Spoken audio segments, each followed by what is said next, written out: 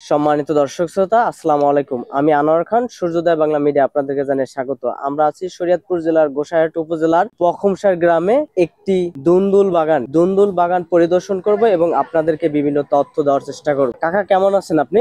আলহামদুলিল্লাহ, আসসালামু আলাইকুম, ভালো আছি। এই যে আপনার দুন্দুল বাগান, এই দুন্দুল বাগানটা কত শতাংশ জমি নিয়ে? 4 শতাংশ, 6 শতাংশ জমিন আছে। 6 শতাংশ জমিনে তো 3 কাঠা জমিন হয়। 3 কাঠা জমিনে আমি দুন্দুল চাষ করছি। আল্লাহর একটা তুলতা টেনে ধরিয়া তাতে আমার 1010 টাকা হয়েছে। আর বাকি আপনার 6 শতাংশ এটা আপনার রেহা চাষ করছি। এনে আমি 20,000 টাকার মতন বেশি। দুন্দুল গাছ লাগানোর পরে কতদিন পরে আপনার ফলন দেয় দুন্দুল গাছে? দুন্দুল গাছ লাগানোর পরে আপনার 60-70 দিনে ফলা হয়। আপনার অন্যান্য ফসল যারা করে তাদের তুলনায় কিংবা অন্য ফসলের তুলনায় দুন্দুল চাষে লাভ হয় কেমন? অন্য ফসল থেকে আপনার দুন্দুল চাষে লাভবান বেশি, এটা অনেকদিন থাকে। দুন্দুল গাছ যখন রোপণ করে অর্থাৎ লাগায়, এটা কি মাসে লাগাইতে হয়? এটা আপনার আমি লাগাইছি ফাল্গুন মাসে। এটা 12 মাসেই হয়, 12 মাসেই লাগানো যায়, তাতে কোনো সমস্যা নাই। অন্য ফসলের থেকে দুন্দুলটা লাভবান বেশি। এটা আপনি লাগাইছেন কি মাসে? আমি লাগাইছি ফাল্গুন মাসে। ফাল্গুন মাসে লাগানোর পরে ফলন দিছে কি মাসে? ফাল্গুন, চৈত, বৈশাখ মাসে পহেলে এই ফলন পাইছি। দুন্দুল চাষে মোটামুটি লাভ কেমন হয়? দুন্দুল গাছ অন্য চাষের থেকে দুন্দুলে লাভবান বেশি, এটা থাকে দীর্ঘদিন থাকে। আপনার এই যে দুন্দুল, এই দুন্দুল আপনি কতদিন পরে পর আপনি তুলতে পারেন এগুলা? একদিন পর পর তুলতে হবে। পরে এটা বাজার নিয়ে বিক্রি করেন? হ্যাঁ, জি। আপনার স্থানীয় বাজারে দুন্দুলের চাহিদা কেমন?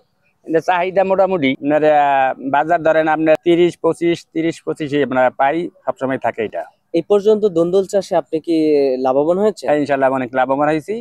এই 6 শতাংশ জমিন 3 করা আমি 1010 টাকা বেশি। খরচ হয়েছে কত? খরচ মোটে গেলে নাই বললেই করা যায়। আমি 1 প্যাকেট দানা গেছি মাত্র 30 টাকায়। অন্য ফসল করছি, ওই ফসলের ভিতরে ওই সার সুর দিছি ওই সারে পুরেই। যে আগে মরিচ করছিলাম, মরিচের ভিতরে যে লাগাইছি আমি বাড়তি কোনো আমি সার ব্যবহার করি নাই দুন্দুলের জন্য। এই যে এখানে দেখা যায় পোকা মারার জন্য, এটা কি, এটা কেন দিচ্ছেন? এটার একটা মরণ ফাঁদ, এটা বলে মরণ ফাঁদ। এই দাস পোকা বলে। এটার ভিতরে দেখা যায় অসংখ্য পোকা। এটার ভিতর কিভাবে ঢুকে এবং এটা দেওয়ার কারণ কি আপনার? এটা দেওয়ার কারণে এই পোকা এলে আপনার ওই ফসলের আল দিলে এটা পচে যায়। মানে পোকা এটা দেওয়ার মনে কারণে আপনি ওইটা ভিতরে ঢুকে আর ঢুকতে বেলায় ফিরত আসে না, তখন আপনি ওইটা মারা যায়। পোকাটা মারা যায়। কারণ পোকা গেলে যেমন ফলনটা একটু কম পরে, ফলনে পরে অনেক কম। এখানে এই যে দুন্দুল, এই দুন্দুলটার আবরণ তো প্রচুর নরম। ওই পোকা যখন এখানে কামড় দেয় তখন নষ্ট হয়ে যায়। আর নষ্ট হয়ে যায়। নষ্ট যদি হয়ে যায় তাহলে কৃষকরা কি করতে পারে?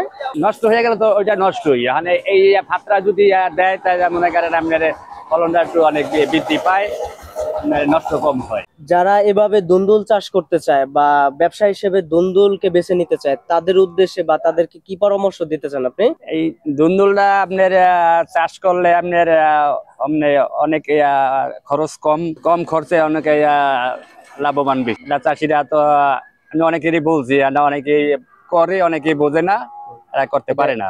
এটা ওই সার আপনার ওই জমিনে যেরকম সার দেন ওই সারটাই ওইভাবে দিলেই হয়। টিএসপি, পটাশ, ফুরাডান, তারপর জিপ সার। এই সারগুলো যে জমি আপনার যেখানে আপনি চারা রোপণ করেন সেখানে দিতে হয়? হ্যাঁ, ওই যে গর্ত করি, ওই গর্ত ভিতরে দিয়া কিছু জৈব সার আছে, গোবর, ওই গর্ত ভিতরে দিয়া ওইটা মাটি লেগে মিলাইয়া চাপা দিয়া থুইয়া এরপরে দানা 8-10 দিন পর লাগাইলে ভালো হয়। বেশি নগদ লাগাইলে আবার ওই সারের একশনে আবার কিছু দানা চারা পচেও যায়।